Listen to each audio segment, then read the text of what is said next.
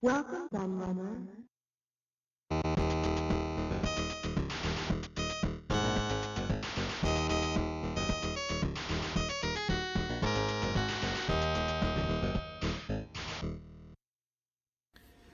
Hello everybody, Q&A the Laird here, and I have another book review for you.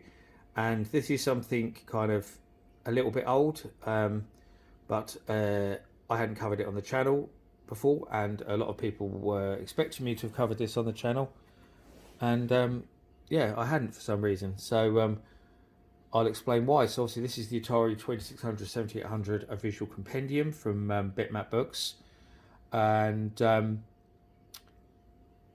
this is the first officially licensed book on the Atari 2600 and the first ever book on the 7800. I don't believe there's another one out there that really covers the 7800. I think Brett Weiss covered the 7800 in his books, but not kind of on its own, more of a kind of with lots of other systems. So yes, it covers both of those together. And I was involved in this book myself, so full disclosure, I was one of the main writers on this book for Bitmap Books. They approached me as a sort of well-known authority on Atari to write for it, and I wrote a huge amount of stuff that went in here, all sorts of different things, as I'll show you when we go through the book. But it covers the same theme, not the same theme, covers the same style as other visual compendiums that he'd done previously on stuff like the Mars system, which I have reviewed on my channel, NES, Commodore 64, Spectrum, etc. So yes, it's the same kind of style, very heavy on the pictures, less heavy on the text. When this came out, I know it was the biggest book he'd done. As you can see, it's absolutely massive. I can't remember the page count. I'm just going to have a quick look, actually. Yes, it's like 530 pages, so it's absolutely huge. It came in this big slipcase. Just notice there's a bit of scratch on the front of mine there. It was actually dropped down the stairs by my wife. She was taking a load of stuff upstairs and dropped it and dented the side of the case, and it obviously damaged the front of the book annoyingly. But can't do a lot about that. So there we go. There's some stuff about it on the back, distributed by Blaze Entertainment, officially licensed by Atari, of course, and available from Bitmap Books and all good booksellers. This is a lenticular, I think they call it, case, so you might see that on the camera. But when you move it, they move. All the sprites move. And I've explained this on previous looks of visual compendiums, but every single one of these, it might look like just a kind of random collage of images, but if you look, it's A for Atari, B for Berserk, C for Combat, D for Donkey Kong, E for E.T., etc., right up to Z for Zaxxon. The reason for combining Atari 2600 and 7800 was originally Sam was looking at doing some Atari books, and he was just going to do a book on the 7800. But one of the things he was actually worried about when he was doing when he proposed doing a book on the 2600 was that the 2600 isn't a particularly graphically impressive system, so he was worried that the imagery might not be quite so good. I love it, to be honest. The early pixel stuff, I have no problem with it, but I can see why some people would. He wasn't a massive. He didn't have very much knowledge of Atari himself, so I could see his point of view as an outsider, as a more casual fan. I'm a hardcore Atari guy, so, see things differently. And I suggested combining the 7800. He actually did think about doing like all the Atari consoles in one book, but I told him that would be too difficult and it wouldn't really work. But I suggested combining the 2600 and 7800 because, of course, the 7800 is backwards compatible with the 2600, so it makes sense to put them together. They've got that close relationship, with obviously 7800 being the first ever backwards compatible console, being able to play all Atari 2600 stuff straight out of the box. Before anyone comments about the ColecoVision because it had a 2600 adapter or whatever, it was an adapter, it wasn't backwards compatible out of the box.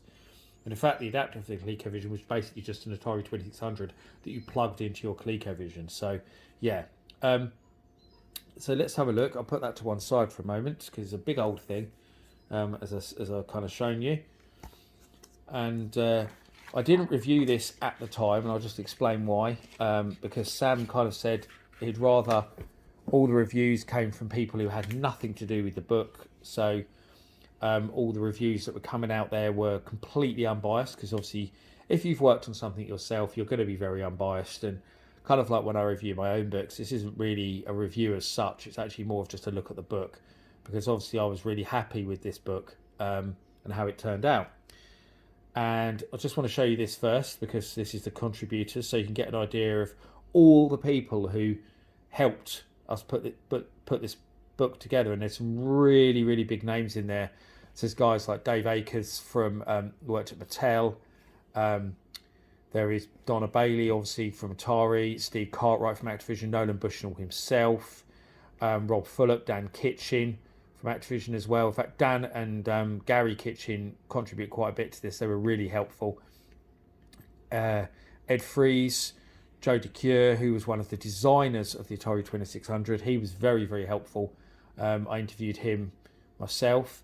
David Crane, Dennis Coble, again, did arcade games for Atari 2600 games as well. Was also a founder of Imagic, so pretty important guy. Keith Robinson from Mattel, Bob Whitehead from Activision. You get the idea. There's some really, really big names. Carol Shaw, there's Howard Scott Walshaw, of course. Yeah, so yeah, loads of big names. And my good friend Chuck Peavy there. Just mention him because he's a good friend of mine. He's a great guy. I also want to mention as well, we've got Michael Katz in there, who was ex-president of Atari's video games division and then moved to Sega and came up with the whole Genesis does what Nintendo campaign. Yeah, so he was a pretty good name to get for this. I got to interview him myself on Skype, and he was a really cool guy. I really enjoyed talking to him. So the foreword is by Gary Kitchen, and the reason actually why we chose Gary Kitchen, to give you a bit of insight, to do the foreword, was we were looking at lots of different people, and I suggested Gary because he is one of the few programmers who worked on the 2600 and the 7800, because he did games Activision for both systems. He worked on some other games as well, actually, before Activision. Like he did famously did the Atari 2600 port of Donkey Kong. But yes, he worked on both systems. That was really cool. So he gave a really good insight into the difference between the 2600 and the 7800 and what it meant for people who were working on the system. So that was really nice to have. And I say his brother Dan, there's a full interview with him later on in the book. So it was three of the Kitchens. So it was Gary, Dan, and Steve, and they all worked at Activision. So there's some history of the Atari 2600. So it starts off with that, and then into this history of the 7800 and some history kind of on Atari in general. So it talks about like what they've done in the recent day and stuff like that. Then it goes through the game, starting with combat, of course. So it doesn't include every game. We try to include as many as possible. Actually, it's quite close to including every 7800 game. I think the only 7800 games it doesn't include are sports titles. And we've got all of the others in. I think it was just sports titles that we missed out. And with 2600, it was really, really difficult to whittle it down to what games we were going to cover. But we did try to cover the best or stroke most well-known titles. So there's some games in there that might not be good, but they're famous and well-known. So it goes through. You can see what he means in a way about the simple graphics. Obviously, that's an early game. Surround. We covered most of the early games, and obviously you look at that. That's not really art. It's kind of just like looks like a load of random blocks kind of thing. Yeah. So each game, I'll show you again in a little bit more in a little while. So there's Space Invaders. So each game either has kind of a review written about the game, or it has and the reviews are all written by journalists, games journalists. So just to add that, they're not like written by me or anything. So I think there's some that I wrote, but they are mostly written by games journalists, and some are written by the people who made the game, and there's some that are kind of a combination of both, which are the ones I wrote actually, where they're like small reviews, and then they have snippets of info from the people who worked on the game where they didn't write a full description, so to speak. So yeah, we've got tons of stuff in there. So there you go. There's Pac-Man. So that's there. A famous one. There's one of the first interviews. So we've got Carol Shaw, who 3D Tic-Tac-Toe at Atari, but more famously did River Raid. There's Star Raiders. There's Berserk. So there's a profile on Activision. So there's profiles of most of the major publishers who made 2600 games. So like Parker Brothers, M Network, Imagic, Activision, for example. There's Pitfall in there. So Pitfall, that entry was written by David Crane himself, which is pretty cool. Still a great looking game. So we go through with all the 2600 stuff. There's Fast Food, a more obscure title. So we didn't just include all sort of well-known stuff, because I'm a bit of a fan of Fast Food. I think it's a cool game. So I wanted to get it in there. Frogger. There's an interview with Dennis Coble. Really cool guy. Started in Magic because they worked at Atari before that. And went back and did some Atari arcade stuff as well afterwards, and worked at 10 Gen as well. So we had a very long relationship with Atari. Indeed. So that's all about Magic. What's this one? Interviewed Howard Scott Warshaw, of course. Great to see him in there. E.T. Wizard of War, Jawbreaker, Turmoil. Will of the Sphinx. What's that back there? Barnstorming. So then we've got a section on prototypes, which is another cool thing. So there's the Garfield prototype, for example, there. And that's prototypes for both systems. So actually this is cool because we've got Keystone Cannonball there, which was going to be the sequel to Keystone Capers. And that's now being released on the new software label that's been set up by all the old Activision guys called Audacity Games. They've changed the name of it, but it is finally going to be finished and released, which is going to be great to see. In fact, you can order it now. You can go and buy it on cartridge. So, yeah, go and look up Audacity Games and go and see what their first two games are. Circus Convoy is one of them. I think that's called Gold Rush now, I think. I'm trying to remember now. Save Mary. That's a cool game, actually. Really cool. Kabobba, an Activision prototype. Polo, which Carol Shaw did. So there you go. There's loads more. Just kind of snippets like Dukes of Hazzard. Turbo, Tempest, stuff like that.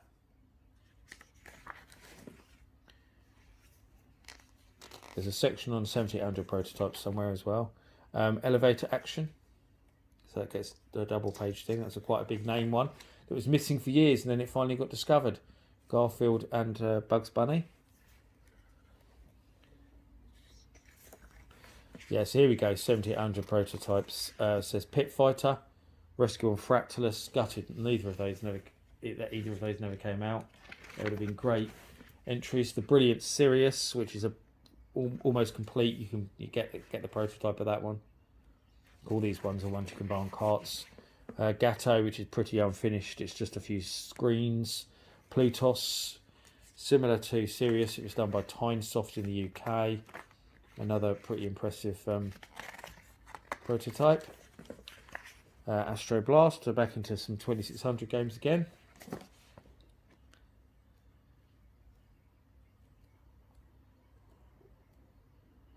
Tron, Zaxxon, MASH, Centipede. Profile on M Network, Mattel's label that made 2600 games.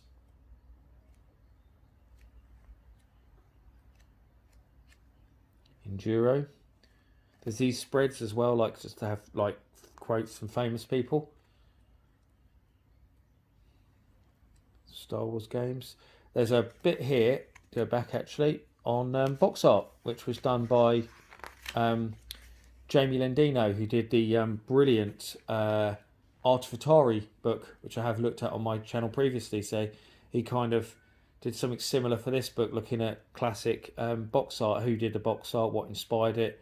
And it's got 7800 box art, you'll see, as well as 2600, which is good. There you go, for example, Joust and Food Fight there. Some more 2600 games.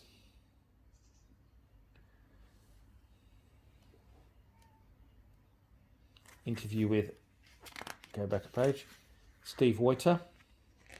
Did Garfield, Quadrant, Taz, Asterix.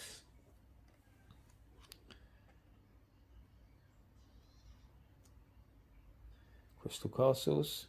interview with Steve Goldson.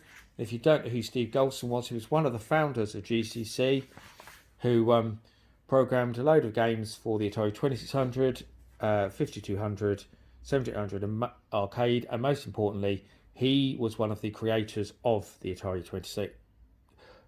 7800 Pro system. So we've got one of the designers of the 2600 in there in Joe DeCure, and we've got one of the designers of the 7800 in there in Steve Goldson. He programmed the 7800 version as Pac-Man there. Shows their brilliant conversion. Tapper, Ghostbusters, and after Ghostbusters actually goes into an interview with Dan Kitchen, who programmed Ghostbusters. So he talks a lot about his story. He did Crackpots, which is a lovely game, really good. Yeah, Ghostbusters, Kung Fu Master, Double Dragon he did. There's the amazing Solaris. And here's the interview with Michael Katz, who, as I say, was the VP at Jack Trammell's Atari Corp. So he was brought in to run the games division, had previously launched a ColecoVision. At Coleco, he'd worked for Epix as well. He'd created the very first LCD, handheld LCD and LED games back at Mattel. So really influential figure in the industry, the perfect guy to sort of lead Atari forward. And he talks about the struggles of getting games for 7800. He reveals some really interesting info on what happened to some unreleased Atari 7800 games that previously no one knew why they were unreleased or what happened to them. So he reveals some stuff like that. Talks a bit about Jack Trammell, of course. How he came to leave Atari and join Sega. So that's all in there. And then we go into 7800 games. Karateka, Possible Mission, Sprint Master on the 2600 actually. Because it's done by year, so obviously we're now moving into, there's a mix kind of at this point. Mario Brothers, California Games 2600, River Raid 2, Summer Games. There was actually an Atari 7800 version of River Raid 2 planned and never released, which is something we reviewed in this book as well. Donkey Kong Jr. I mentioned here actually, because I've just gone through Donkey Kong Jr., where there was a game that was on both systems, so it was on the 2600 and on the 7800. The book just covers the 7800 version. We thought that was a wise thing to do rather than doubling up on the same games. But you'll often find that the 2600 versions are mentioned perhaps in the text or something like that. So there's other examples of that as well, like Joust and stuff like that as well.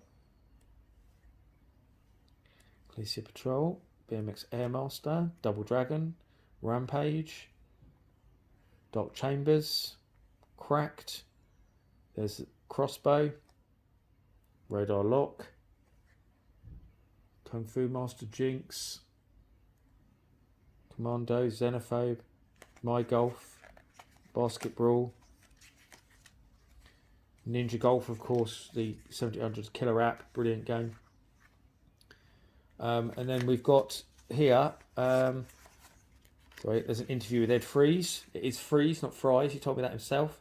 Who did the Atari 2600 homebrew Halo officially as well. Because he worked at Microsoft, of course, before that, and he did a port of Radio X at 2600 as well. So that's a really interesting read. Some stuff on homebrew and Ladybug, Princess Rescue, which ended up causing a lawsuit from Nintendo, quite famously. 2600 port of Boulder Dash and Mappy and stuff like that. Zippy the Porcupine, which of course is basically just Sonic the Hedgehog, but on the Atari 2600. Really awesome effort. A lot of Bob DiCrescenzo's games, like Crazy Bricks there and Pac-Man Collection. We have some quotes from him in there as well. Frenzy, another one of his. So yeah, some really cool 7800 homebrew in there. Armor Attack. Ricky and Vicky, quite a famous recent one. Bentley Bear's Crystal Quest, which is amazing. And then the end. And that's pretty much it. Longer than my usual book reviews because there was quite a lot to cover and quite a lot to get through. And as you can see, it's a pretty amazing book. And as far as, books on the 2600 out there go, this is easily the best one out there. Better than my own, better than anybody's really. It's got the best interviews and imagery and everything about it. It's the most complete. It was a real labour of love for everyone involved, me included. And it's only the only real book out there on this 7800.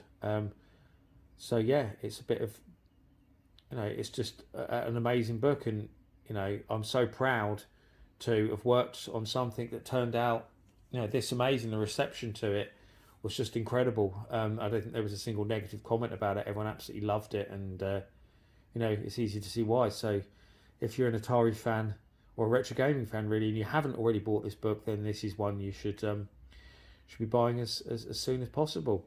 That's it. That's my look at the Atari 2600 7800 Visual Compendium for Bitmap Books.